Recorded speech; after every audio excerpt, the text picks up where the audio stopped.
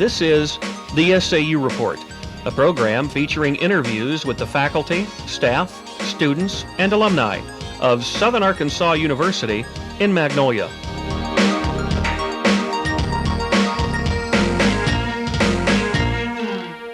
Welcome to this edition of the SAU Report. I'm Kaine, Ezell. And I'm Marsha Walters. Today our guest is Claudell Woods, Chair of the Department of History, Political Science, and Geography. Thanks for being with us. Thank you. What exactly prompted you to become a professor? Several things. First of all, I was called by Dr. James Willits, who was chairman of the History and Political Science Department back in the early 1990s.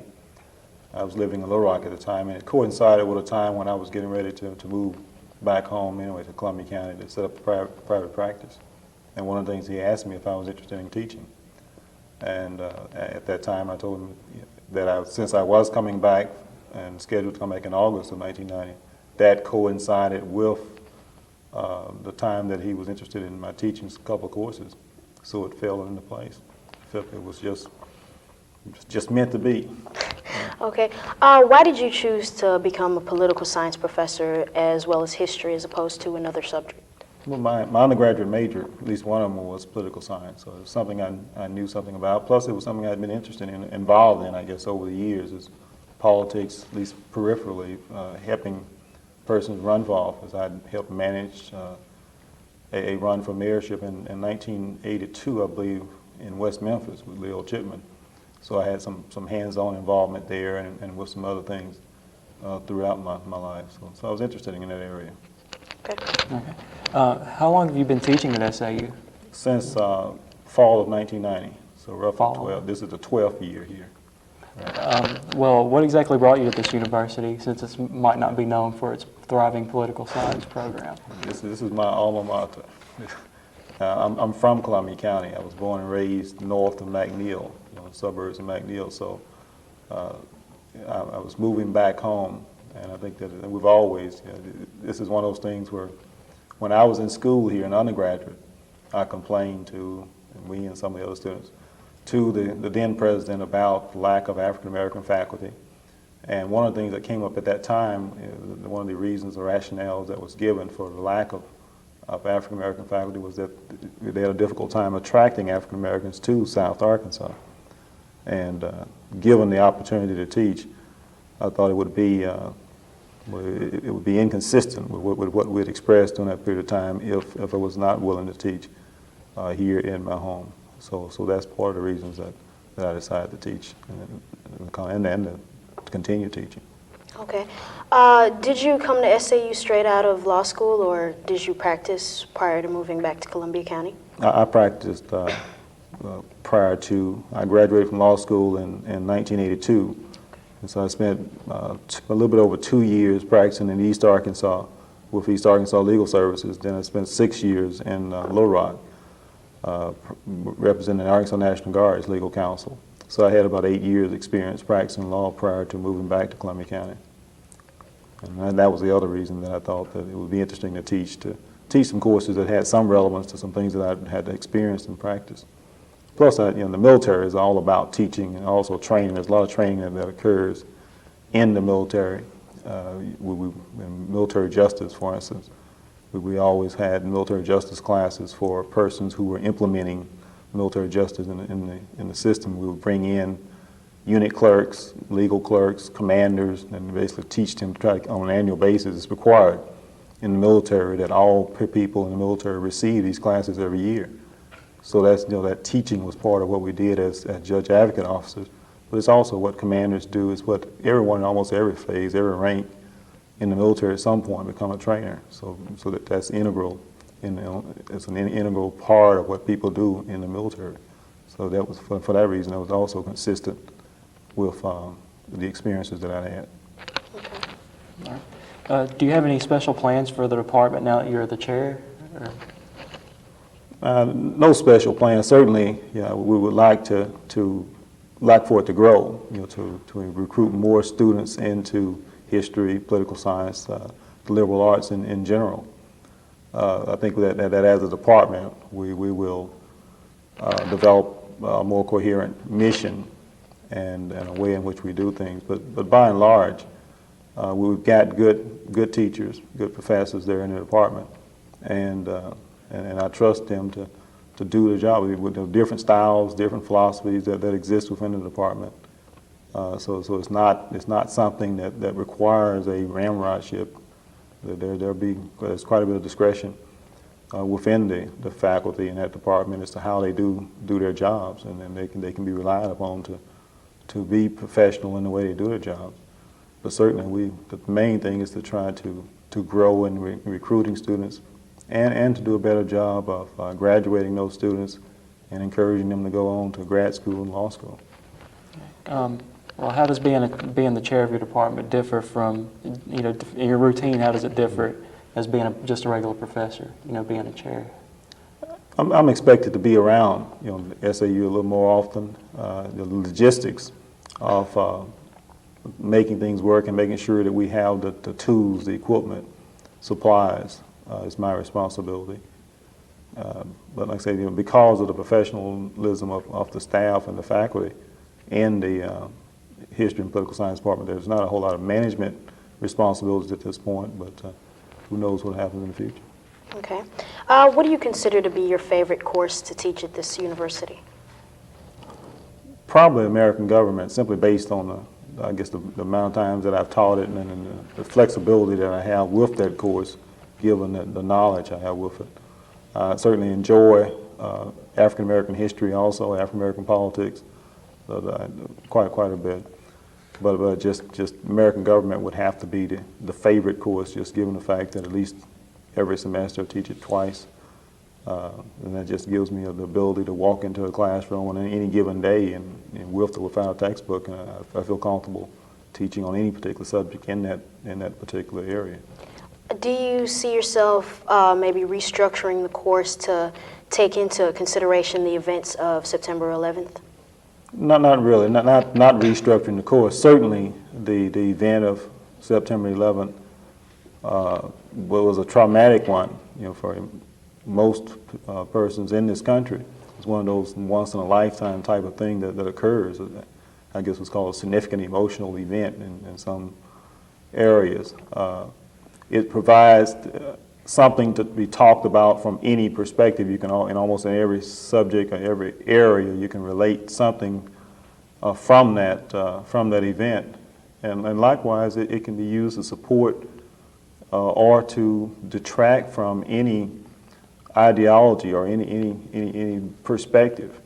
So I don't think that it calls for teaching anything or doing anything different with regard to American government or the courses that we teach. But it's an interesting episode, an episode that will in the future provide a great deal of opportunity for us to do some introspection, or basically to I'm not sure whether it'll provide that much debate. That's one of those things that's probably not appropriate to debate, but it provides discussion for us to a opportunity to discuss, and it would probably be considered not patriotic, or at least considered sacrilegious to some extent, to debate it or to get too involved in the details of it.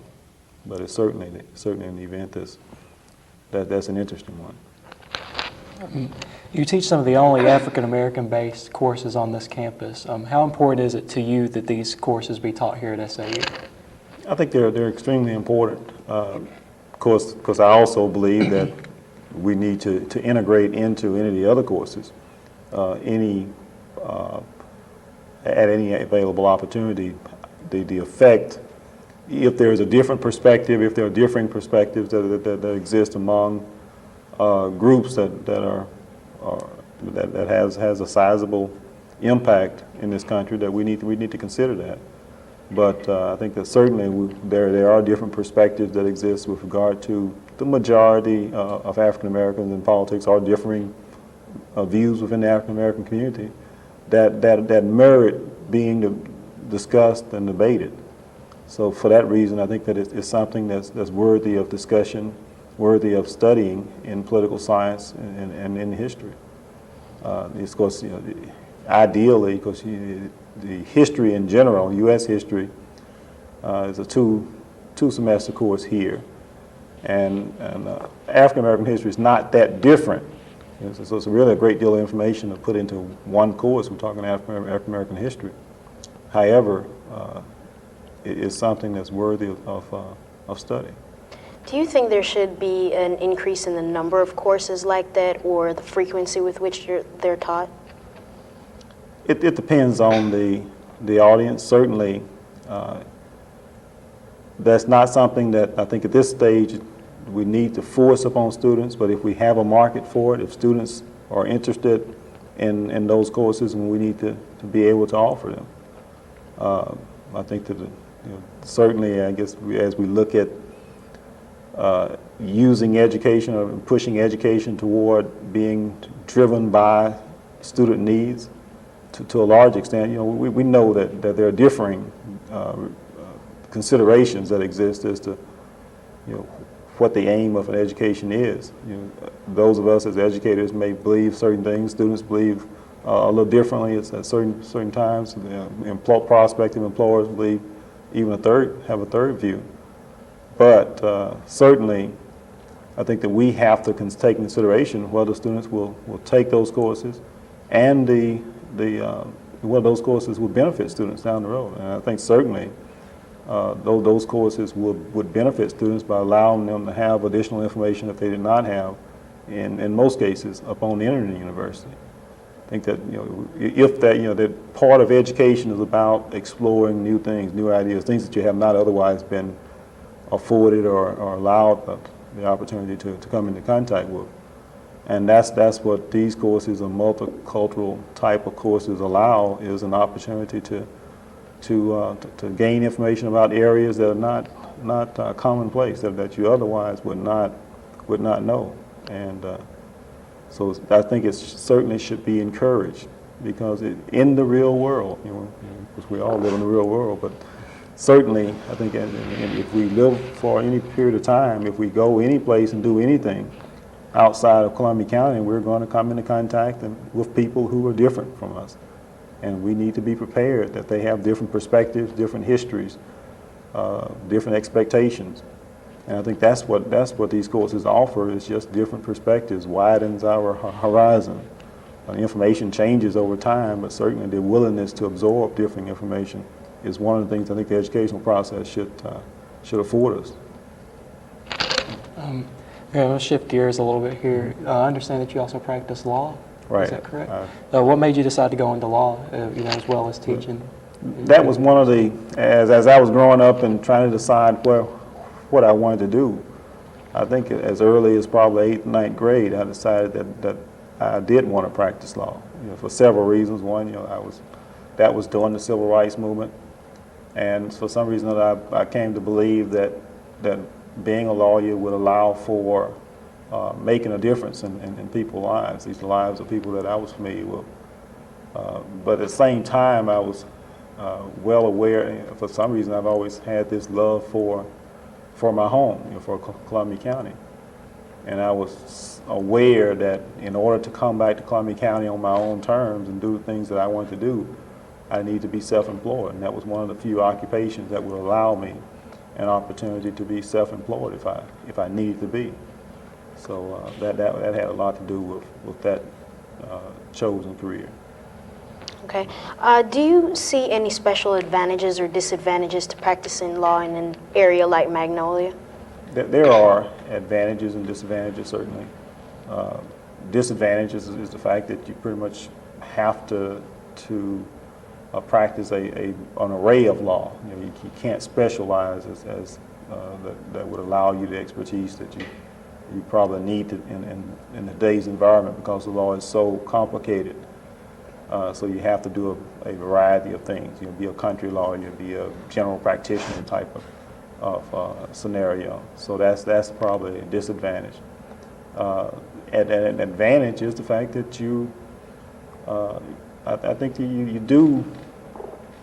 doing things the old-fashioned way, the way it was intended, the way it's always has been done for a long time, as far as the types of law, the it's a pretty open type of practice. It's a meeting folk eyeball to eyeball, greeting them in the waiting room, sitting down, talking to them, advising, the whole array of services that people expect of a lawyer.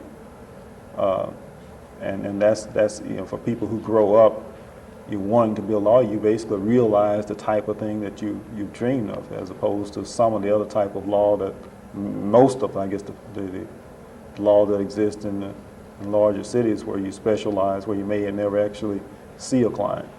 You may handle things basically, just simple about pushing paper. And then of course, I think, from a standpoint of most people interested in pay, the money is not that different. I don't believe that you can make the type of money in a small town that you can make in a large town, if you're willing to put forth the effort and the time into it. So money is here as well as it's in Little Rock or other areas. You just have to be willing to do the wide array of practice, more so than in the larger places. I guess, and the other real difference is now the practice of law has changed quite a bit over the years, especially in the rural areas, because there is a greater access to legal services for people who can't afford it. So, with the advent of Legal Services Corporation, public defenders, and just other services, I guess the willingness of private concerns in the larger cities to take cases, automobile accidents and that type of thing, in rural areas, that has impacted the practice of law of the rural practitioners, so that may lessen the number of lawyers that you see, general practitioners that you see in smaller areas in the future.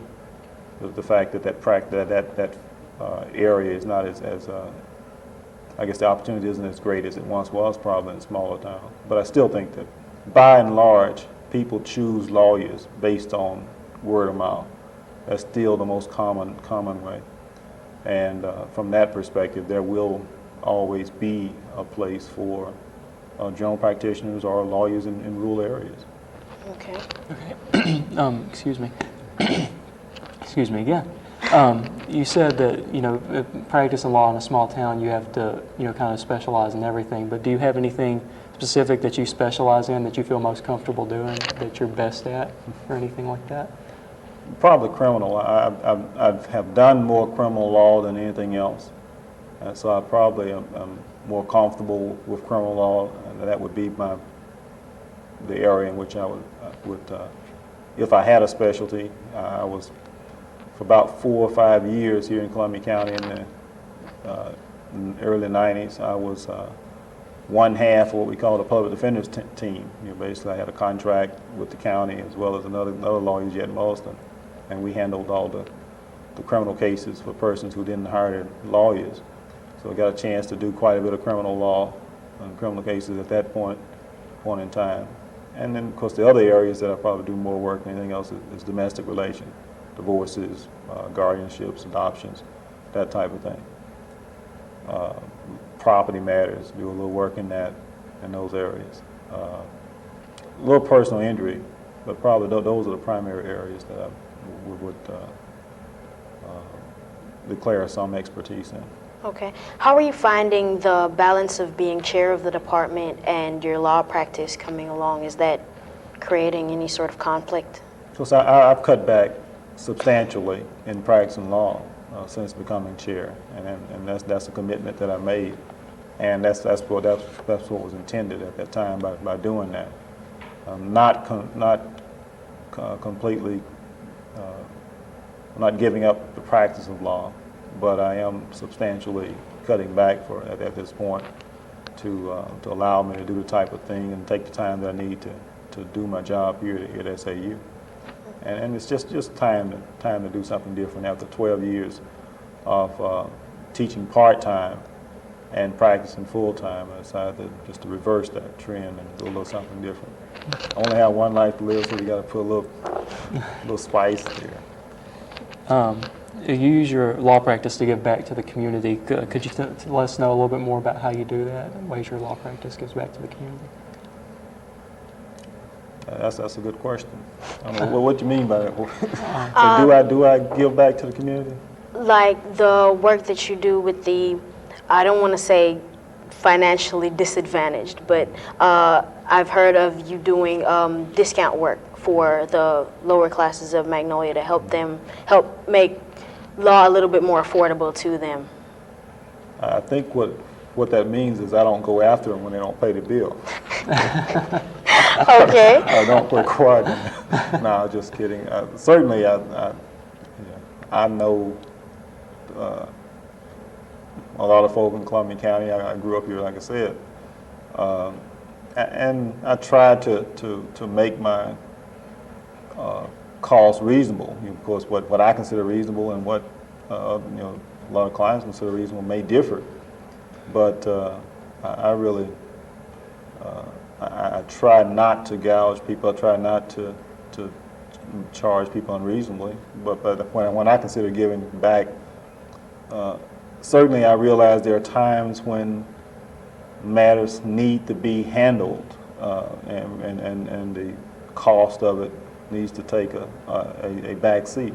On the other hand, I know how I operate. I know how human nature is, and that is that you need to charge for it, and down the road, if you don't charge what's reasonable, then you don't do the type work that you need to do. So I have to constantly make myself keep my priorities in order, and know that if I accept the case, that I need to get paid for it, because down the road there are people who are paying and they expect the work. So it's hard for me to justify work when people don't pay. So by and large,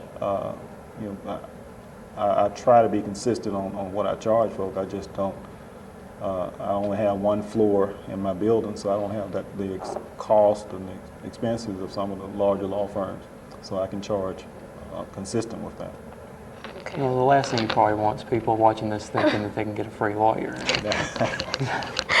Okay. With the absence of an active official pre-law department per se at SAU, how well do you think that this university is preparing students for law school? As well as I think that that you can now. There are differing philosophies on how you prepare for law school. My philosophy is, and I think it's consistent with probably the majority, is that you prepare people for law school by preparing them to write well, by preparing them to try to think logically. But there is no one particular subject matter that prepares students any better than others. You can give them an introduction by encouraging them to take courses like constitutional law and some of the other law courses that we may teach here. But the main thing, you don't need a subject matter preparation in order to go to law school. Some of the best students that I went to law school with were English majors, because I had a double major in math and political science when I was here, and I thought the math was a good preparation, the logic part of it. But law school, you have one opportunity to impress that professor in that first year, in most classes, and that's at the end of the semester, that final exam. So your ability to write well, will influence that professor. So that helps. And the same thing when you become a lawyer, is your first impression that the judge gets of you, that the other side gets of you, is through your writing, your pleadings, your emotions, and your responses to emotions. So the ability to write well is extremely important. The subject matters, you can learn that in law school. That changes every time the legislature meets, so you can relearn it after you graduate. So there's no real thing that we can do any better than simply prepare you to try to think logically and to write well in college. Okay. So I think from that perspective, we do a good job. Okay. Mr. Woods, I'd like to thank you for being our guest on today's show. This is the SAU Report. I'm Marsha Walters. And I'm Kaine Ezell. Thanks for watching.